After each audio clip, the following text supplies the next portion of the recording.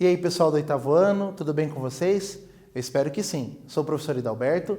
Essa é a nossa aula 100 de matemática. Então, parabéns para todos nós, parabéns para os professores e para os estudantes que acompanham as nossas aulas. E eu quero saber de vocês, quem aí do chat do Aula Paraná que já assistiu, aliás, as 100 aulas que nós produzimos? Põe aí no chat, quando o pessoal da moderação abrir aí, quando o Aula Paraná 1 e 2 abrirem o chat, coloca aí, eu assisti as 100 aulas de matemática, eu assisti as 100 aulas de matemática. Só para a gente saber se você está no clima do nosso festerê ou não, beleza? Então, um abraço para você que acompanha as nossas 100 aulas, um abraço para os professores, para os outros professores que fizeram parte aí das gravações, né? E o pessoal da equipe aqui que está nos ajudando, está aí atrás das câmeras, e todo mundo, né? Esse é um trabalho nosso, né? Um ano que está sendo vencido, ainda bem, né? Vamos começar então os nossos recadinhos da aula de hoje. Não se esqueça de fazer a sua atividade obrigatória no Google Classroom, certo? Fazer o questionário certinho da aula de hoje para validar a presença, enviar o questionário e marcar a atividade como concluída, beleza? Além disso, se você não tem o acesso do Google Classroom, faz a atividade no caderno bem direitinho e depois encaminha para a escola, tá bom? Posto isso, vamos começar então a nossa aula de hoje. Na aula anterior, nós falamos sobre contagem e probabilidade. Nós estamos numa sequência de aulas, né? E hoje nós vamos fazer uma grande retomada, né? Nós já começamos esse processo de retomada na aula anterior e hoje nós vamos continuar fazendo exercícios sobre contagem e sobre probabilidade. Então aproveite essa revisão, aproveite esses exercícios que nós vamos resolver para tirar suas dúvidas, para fixar as ideias aí de contagem e de probabilidade, beleza? Então, olha lá o que nós fizemos na aula anterior, princípio multiplicativo e probabilidade. O que nós vamos fazer hoje? Problemas envolvendo contagem, problemas envolvendo probabilidade. Hoje nós temos um convidado especial, né, já que é a nossa aula 100. Entre os exercícios escolhidos para a aula de hoje, nós teremos exercícios da Olimpíada Brasileira de Matemática das Escolas Públicas, a OBMEP. Você já participou da OBMEP? Já fez a prova nos anos anteriores? Então, hoje nós vamos resolver algumas questões da OBMEP, né? Uma ou duas ali, para a gente perceber que não é porque as questões estão numa Olimpíada Brasileira de Matemática que são questões tão difíceis que a gente não consiga fazer. A gente consegue fazer sim, tá bom? E até para matar a saudade, já que esse ano ainda não aconteceu a Olimpíada, vamos resolver algumas questões da Olimpíada aqui na aula de hoje, beleza? Então vamos começar. Então, vamos fazer um aquecimento primeiro, para a gente chegar nas questões da Olimpíada. Aquecimento 1. O pacote de bombons surpresa é um produto que apresenta 3 bombons de mesmo sabor em um pacote colorido. Para montar os pacotes, a fábrica possui 12 sabores de bombom e 7 embalagens de cores diferentes. De quantas maneiras podem ser montados esses pacotes? Então pense um pouquinho e eu já volto com a resposta.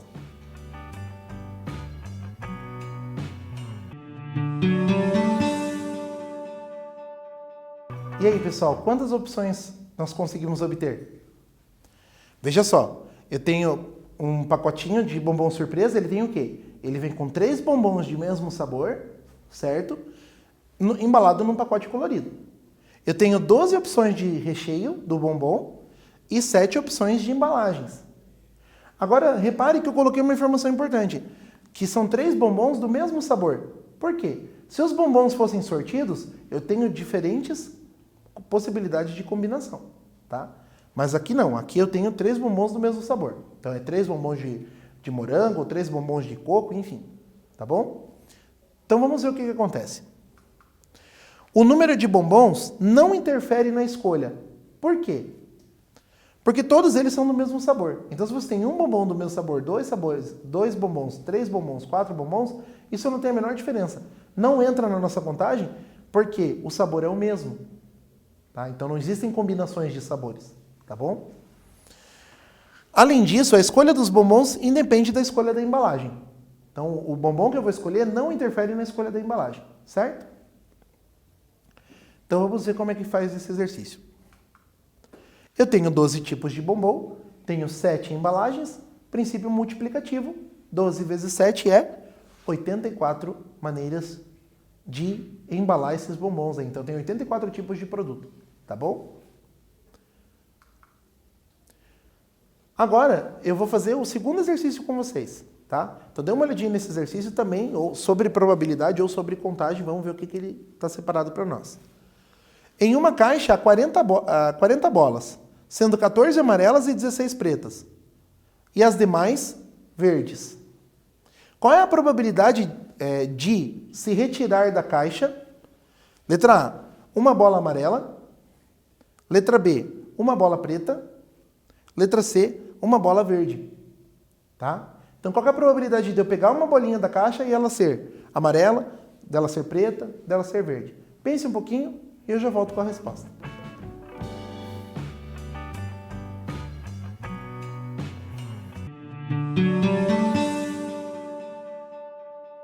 Vamos lá, pessoal, vamos corrigir esse exercício. Espero que você tenha conseguido fazer ele direitinho, tá? Imagine uma caixinha em que você tem lá 40 bolas, sendo que 16 são verdes. Aliás, perdão, 14 são amarelas, 16 são pretas e as demais são verdes. Qual que é a probabilidade de eu pegar uma bolinha e ela ser verde, ou dela ser amarela, ou dela ser preta? Vamos estudar os 3 casos, resolvendo o exercício então. Olha só, para eu tirar uma bolinha amarela, quantas opções de bola eu tenho na caixa? Eu tenho 40 bolinhas. Para eu tirar uma amarela, quantas opções de amarela eu tenho? Tenho 14 opções. Então eu tenho 14 amarelas num total de 40 bolinhas. Simplificando tudo por 2, eu tenho 7 vinteavos. Certo? Se eu dividir o 7 por 20, quanto que eu vou ter? Eu vou ter 0,35. Deslocando a vírgula 2 casas para a direita, você tem 35%. Certo? Então existe 35% de chance de você tirar uma bolinha amarela. Tá bom? Tranquilo isso aqui, né? Vamos pensar então na letra B. Qual que é a probabilidade de tirar uma bolinha preta? Bom, eu tenho 40 bolas nessa urna. E dessas 40 bolas eu tenho 16 pretas. Então são 16 pretas em 40 bolinhas. 16 sobre 40. Simplificando tudo por 8, eu tenho o quê? 16 por 8 dá 2, 40 por 8 dá 5. 2/5 é o quê? 0,4 ou 0,40. Deslocando a vírgula 2 casas para a direita, você tem 40%. Certo? Agora fica bem fácil, né? Se é 35% de bolinhas amarelas, 40% de bolinhas pretas, qual que é o complemento para fechar 100%? As bolinhas verdes. Então, 35 mais 40 dá 75 e me sobra 25% de chance de tirar uma bolinha verde. E é isso. Acabou o exercício. Mas e se eu quiser saber a fração irredutível? Como é que fica? Ou se eu quiser calcular a probabilidade sem pensar nos eventos complementares? Né? Porque ou as bolinhas são... Quais são as cores? Elas são amarelas, pretas ou verdes. Como eu já calculei a preta, já calculei a amarela, só me sobra a probabilidade do verde. Eventos complementares. Tá? Não lembrou disso? Vamos então calcular a probabilidade das verdes. Bom, 40 bolinhas, menos as 14 amarelas, menos as 16 pretas, me sobram 10 bolinhas. 10 bolinhas verdes, num total de 40 bolinhas. Portanto, 1/4. Dividindo 1 por 4, eu tenho 0,25. Deslocando a vírgula 2 casas para a direita, 25%. Beleza? Como eu já tinha dito antes, 25%. Ok? Então, veja. Bem tranquilo esse exercício, é só eu tomar cuidado ali com o que eu estou fazendo. Tá? Fazer as contagens certinho. Tá bom? Vamos ver o que nós temos agora.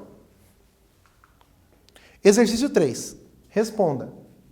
Quantos números de 3 algarismos existem? Letra B. Quantos números de 3 algarismos distintos existem?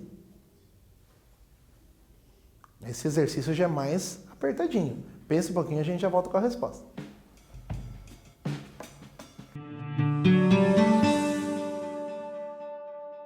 A pergunta que nós tínhamos antes era: quantos números de 3 algarismos existem? E daí na letra B eu tenho quantos números de 3 algarismos distintos existem. São perguntas diferentes. Vamos conferir como é que a gente faz cada caso. A primeira coisa que você precisa se lembrar é o seguinte. Nós temos ao todo 10 algarismos. O 0, o 1, o 2, o 3, 4, 5, 6, 7, 8 e 9. São 10 algarismos. Vou fazer aqueles risquinhos que eu sempre faço, ó. Agora preste atenção numa coisa. Para a centena, quantas opções eu tenho de escolha? Você poderia me dizer 10, mas eu não posso ter 10 escolhas. Por quê? Se eu colocar o 0 na centena, esse 0 à esquerda, ele não vale nada. Ele não tem valor. Então, eu teria um número, na verdade, com 2 algarismos. E eu quero números com 3 algarismos. Tá? Então, ele não é um algarismo com significado na centena. Então, para a centena, eu só tenho 9 opções. O 0 não pode.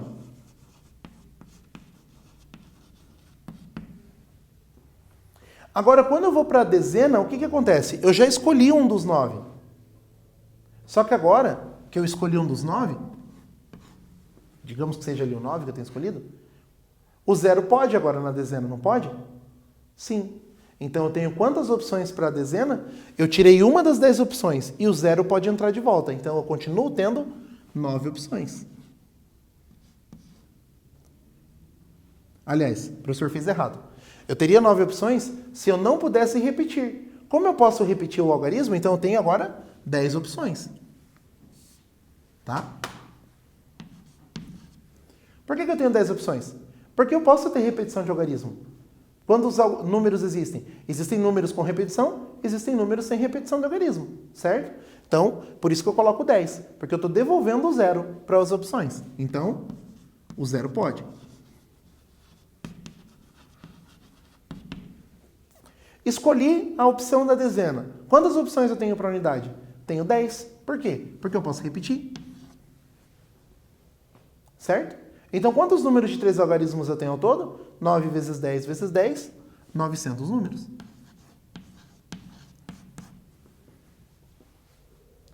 Certo? Então tá aí. Eu tenho 900 números com 3 algarismos. Tranquilo? Beleza? Agora eu quero saber o seguinte. Quantos números de 3 algarismos sem repetição, ou 3 algarismos distintos, existem? Agora eu tenho que pensar um pouquinho diferente, então presta atenção.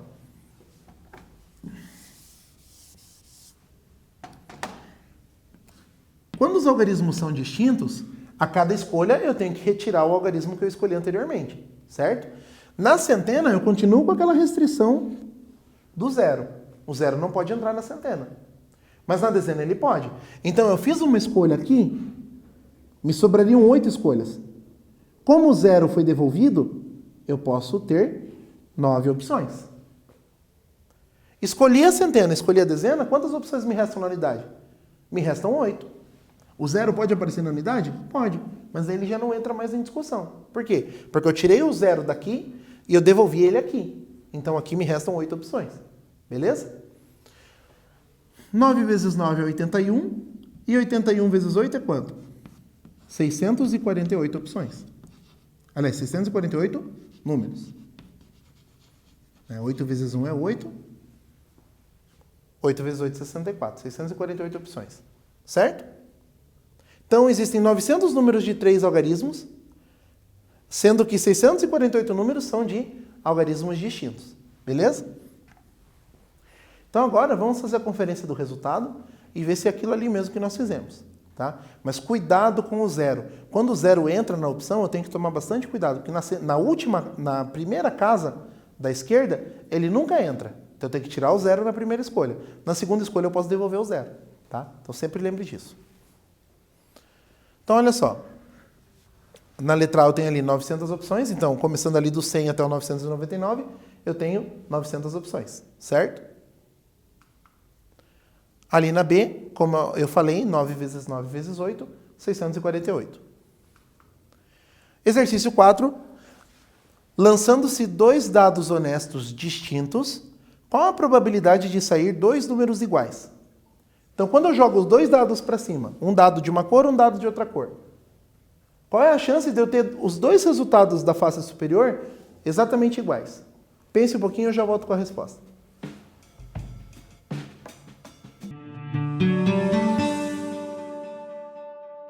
Então, pessoal, conseguiram resolver o exercício dos dados? Espero que sim. Antes da gente continuar, eu quero fazer um pequeno comentário com você. No último exercício, quando eu fiz uma afirmação importante, que o 0 nunca entra na primeira casa da esquerda para a direita. Isso quando nós falamos de números.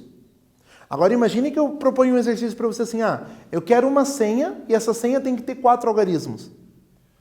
Essa senha com 4 algarismos, a senha é um código. Esse código ele não expressa uma quantidade, ele expressa apenas uma sequência em que os algarismos foram utilizados. Nesse caso eu te pergunto, posso ter repetição de algarismo? Isso vai depender do enunciado. Mas eu sou obrigado a tirar o 0 da primeira casa da esquerda? Não, porque eu tenho um código, eu não tenho uma quantidade expressa. Então, se eu estou falando de números, o 0 não entra na casa da esquerda. Se eu estou falando de código, de senha, de sequência numérica, aí eu posso colocar o 0 na primeira casa da esquerda, não tem problema nenhum, certo? Então, guarde isso porque é uma informação bem importante. Corrigindo, então, esse exercício aqui. Eu joguei 2 dados para cima, um dado verde e um dado roxo, certo? E eu quero saber qual que é a probabilidade dos resultados serem iguais. Como que eu faço isso? Bom, você sabe que o resultado do primeiro dado independe do resultado do segundo dado. Então, ao todo, quantas possibilidades de resultado eu tenho? 6 para o primeiro dado, vezes 6 do segundo dado. Então, ao todo, eu tenho 36 possibilidades. Quais são os resultados que dão iguais nos dados?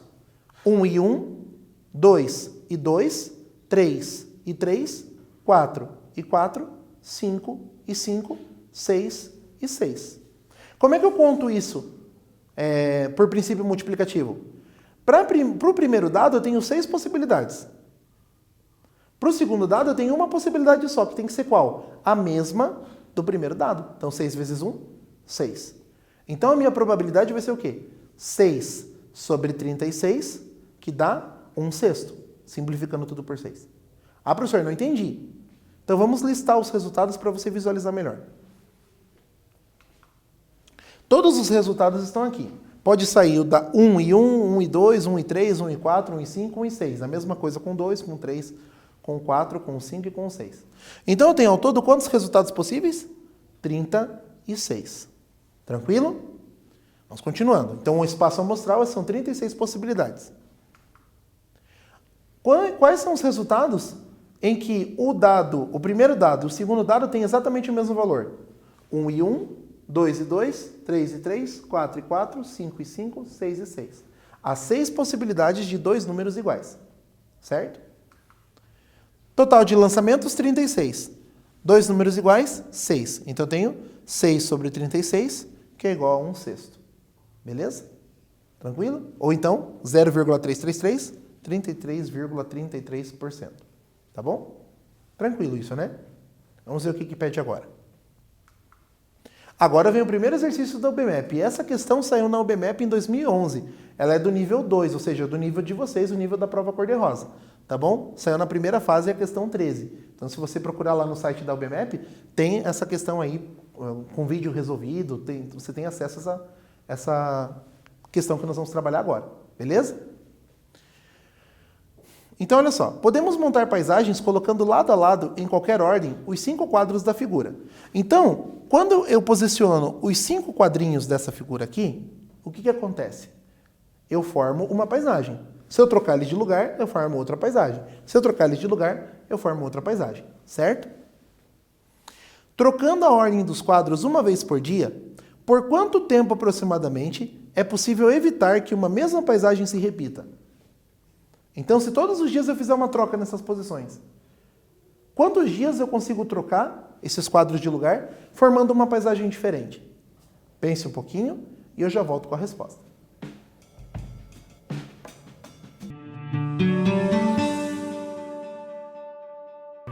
Olha só, pessoal, essa questão que caiu na UBMAP, ela é uma questão que ela deixa a gente um pouco desconfortável, seja pelo tamanho do enunciado, seja por ser uma questão de Olimpíada. Então, quem não é muito fã de matemática acaba não gostando muito da questão, fica meio em dúvida, fica meio preocupado. Mas assim, vamos ler com calma e você vai perceber que o que nós vamos fazer nessa questão não é nada de absurdo. A gente vai fazer o que nós fizemos nas últimas aulas sobre contagem e probabilidade. Então, olha só. Eu tenho aqui 5 quadrinhos. Se eu trocar eles de posição, eu crio uma nova paisagem. Tá? Então, a pergunta que ele faz é a seguinte. Se todos os dias eu fizer uma troca de ordem, e essas trocas de ordem não forem repetidas, de quantas maneiras, quantos dias eu consigo fazer essas trocas sem repetir nenhuma delas. Tá? Então, veja só, essa não é uma tarefa fácil. Você fica ali controlando, né? Ah, hoje a paisagem vai ser assim, amanhã a paisagem vai ser de outro jeito, amanhã a paisagem vai ser de outro jeito. Essa troca não é tão simples de você controlar. Mas você tem como saber matematicamente quantas trocas dá para fazer, quantas permutações de quadro eu consigo fazer. Lembra que permutação é o quê? Troca de lugar. Tá? Então, olha só, são 5 posições. Na primeira posição, quantas opções de quadro eu tenho? 5 opções. Escolhi a primeira, quantas opções me restam? 4. Escolhi a segunda, quantas opções me restam? 3. Escolhi a terceira, quantas opções me restam? 2. Escolhi a quarta, quantas opções me restam? 1 opção. Então eu tenho o quê? 5 vezes 4 vezes 3 vezes 2 vezes 1, que dá quanto? 120. 5 vezes 4, 20. 20 vezes 3 é 60. 60 vezes 2 é 120. E 120 vezes 1 é 120 mesmo. Certo? Bom, se eu tenho 120 paisagens diferentes, quanto tempo eu aguento? Né? 120 dias. E 120 dias é aproximadamente quantos meses? 4 meses. Por que eu digo aproximadamente? Porque tem mês que tem 31, tem mês que tem 29 ou 28, dependendo do ano em relação a fevereiro. Certo? Então, aproximadamente 4 meses. A resposta correta é a letra D. Vamos conferir o cálculo? Então, olha lá. A permutação, como a gente conversou, né? Então, eu tenho 120 opções de trocas. Ao todo, 120 dias. 120 dias dividido por 30, que é um mês aproximado, 4 meses. Tá bom? Então, a alternativa D. 4 meses é o que eu consigo fazer variando as posições dos quadros. Tá bom? Questão que caiu na UBMEP em 2015. É a questão 12 da primeira fase. Tá bom? Em uma caixa havia 6 bolas, sendo 3 vermelhas, 2 brancas e 1 preta. Renato retirou 4 bolas da caixa. Qual afirmação a respeito das bolas retiradas é correta? Tá? Então tem aqui, deu um probleminha ali na digitação, mas tudo bem, você entendeu, né? Então é uma bola preta e ali embaixo é retiradas, tá bom? Então vamos analisar as opções antes da gente dar o tempinho para pensar. Esse exercício é bem tranquilo. Letra A, pelo menos uma bolinha que foi retirada é preta. Letra B, pelo menos uma bolinha retirada é branca. Letra C, pelo menos uma bolinha é vermelha. Letra D, no máximo uma bola é branca. E letra E, no máximo 2 bolas são vermelhas. Pense um pouquinho e a gente já volta com a resposta.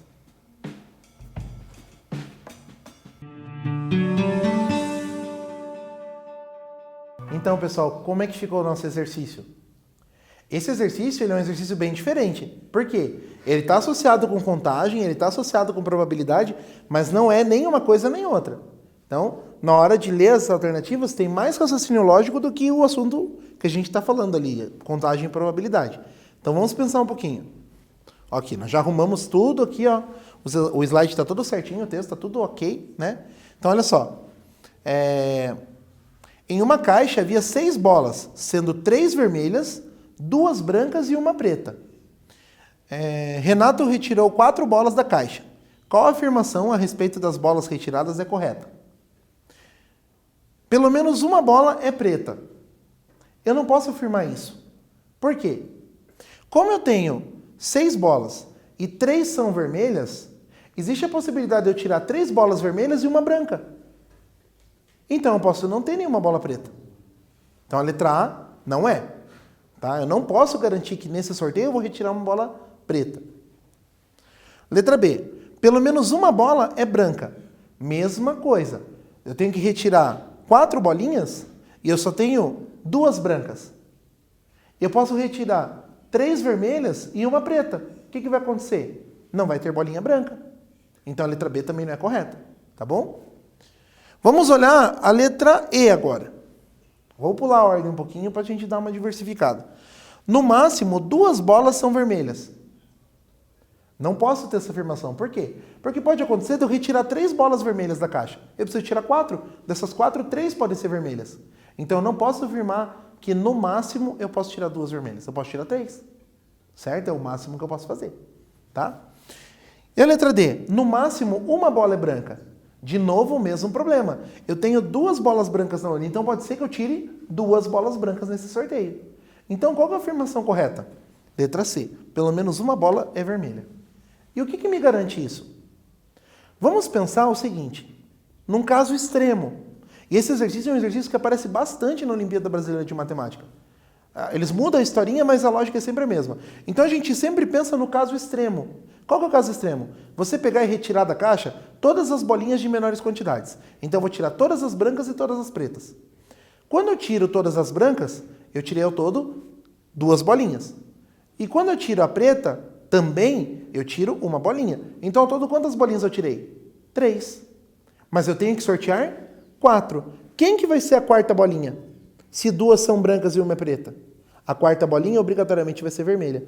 Então não importa o sorteio que você faça. Se você vai tirar 4 bolinhas da caixa, você obrigatoriamente vai tirar uma bolinha vermelha. Se você vai tirar 5 bolinhas da caixa, 2 bolinhas obrigatoriamente vão ser vermelhas. Porque você não tem outras opções. Tá? Agora, se você vai tirar 3 bolinhas, se você vai tirar 2 bolinhas, aí existem outras situações para a gente conversar, certo? Então, nesse sorteio de 4 bolinhas, pelo menos uma vai ser vermelha, tá bom? Então, então tá ali. Caso mais extremo, sortear as bolinhas de menor quantidade, tá bom? Então, nesse caso, a resposta correta é a letra C. Tudo bem? Então, ali, pelo menos uma bolinha é vermelha. Bom, pessoal, o que nós aprendemos hoje? Hoje nós fizemos a nossa 100ª aula de matemática, né? Temos aqui uma grande caminhada que nós já fizemos ao longo dessas aulas Paraná. Nós fizemos exercícios de retomada, ou seja, nós estamos revisando contagem e probabilidade, que é um conhecimento bastante importante, tá? É um tipo de ideia bastante importante para a gente levar para frente, tá? E analisamos algumas questões da UBMAP.